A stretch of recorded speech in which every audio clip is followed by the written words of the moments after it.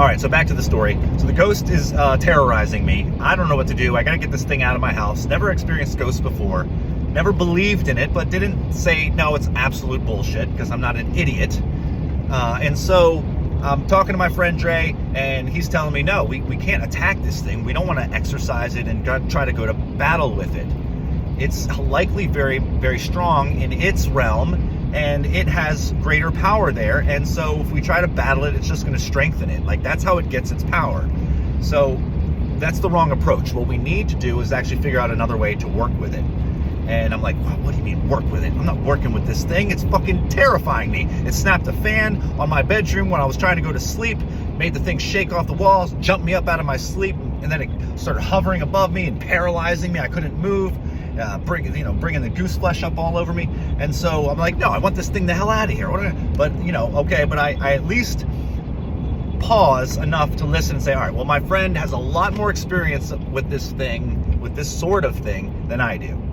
I trust that he is not a bullshitter whatsoever. I have to listen at least and consider what he's talking about. So, all right, so I start running the scenarios and thinking, okay, this thing, if it does get its power through my attacking it, my doing battle with it, all right, well, then that's not the way to go. And do I really want to be in some spiritual war with something I don't understand? Probably not. And it definitely had some power because it was able to paralyze me and terrify me. And so I said, okay, all right. And I didn't do anything. I just kind of put it on the back burner. I said, all right, I'm just going to sleep in my living room for the time being. As long as I don't go to sleep up there, then I don't have any issues with it. So yeah, it's a little bit of an inconvenience. The sofa bed in my living room is nowhere near as comfortable as my bed upstairs, but hey, we got to make sacrifices, right? So in the meantime, I just put things on hold. And so again, about 6 weeks had gone by since the first experience of this happening. And I've been delving into this a little bit more. I've been trying to understand, what do I need to do? And then eventually the idea occurred to me. I said, I know what I'm gonna do. I know what I'm gonna do. And so I decided, late afternoon, I'm gonna go up to the bedroom. I'm gonna lay down, I'm gonna put myself to sleep, and I'm gonna wait. I'm gonna wait, and I'm gonna expect that this thing is gonna show up. And so that's just what I did. I went upstairs, I laid down in the bed, got myself comfortable, started to drift to sleep. And just as I start to go in that hypnagogic state right before you fall asleep, half in and half out of the realms, right? One part of me is in wakefulness, just barely. The other part is slipping into sleep. And then I feel it.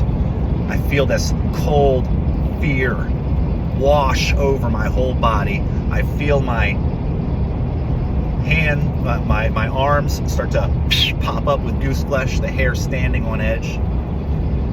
And I'm ready. I knew it was coming. I was expecting it. I'm glad that this has happened.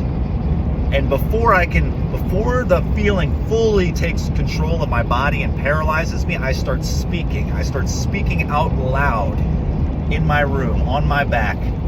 I say, I know what you are. I know what you are, and I know you're here now, and I know what you are doing. And it is not going to work. You are not, and I'm telling you, I'm like, the terror is gripping me in this, but I'm speaking this into reality.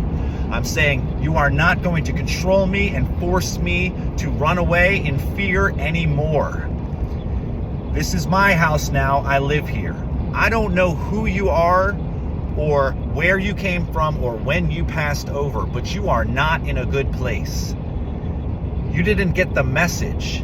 I don't know when you passed over. Maybe it was 50 or 100 years ago. But everyone nowadays knows this. It's pop culture. It's common knowledge. If you're in a place that you're in, you need to go to the light. You're not going to be happy here. You're never going to be happy here. You don't belong here anymore. You need to go to the light. And the moment I said that, I saw this figure hover up a little bit and go out the window. And it never came back again. And since then, I have never experienced anything like this. And this was about 8 years ago. 9 years, no, maybe it's 10 years ago now.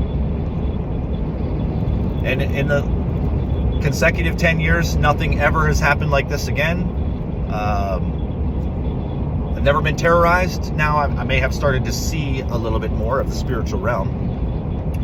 However, again, it's not really something that I focus on. It's not really a huge interest of mine, except when it concerns communication with my guardian angel and my guiding beings of light. Those that support me, those that I now acknowledge, those that I now recognize are real and do influence things. And they are here to help me. Now, it brings me back to my initial thought, which is why my assertion that of all the possible stances one could have, either religious, either a believer, either an agnostic, either an atheist, how atheism is the most unintelligent stance of all, obviously. And this is why anytime I've ever spoken with anyone who claims to be an atheist, and I welcome this conversation, but within less than a minute, they have all renounced their atheism. Every single one. And I've talked to many people about this, because anytime I hear that someone is an atheist, I'm always curious. So, that's very interesting. So, atheism is the denouncement of God. It's saying that there is no God. I know God does not exist. Now, that's a very, very, very bold statement to make. And it is one that obviously no one can make. In the same way that a believer can't say 100% that God exists, an atheist can no way with integrity say that absolutely I know God does not exist. Now, how do I know this? How can I say this? Well, because I know that God exists. I don't need to believe it. And so I'm operating from a very, very unique perspective. One that has been afforded to me through grace and through dedication and through sincerity and through practice, through meditation, through all the things and through karma. However, there is no one on the face of the earth that can state verily, integrally, with 100% truth that God does not exist. Why do I know that? Because I know that God exists. Because I experience God.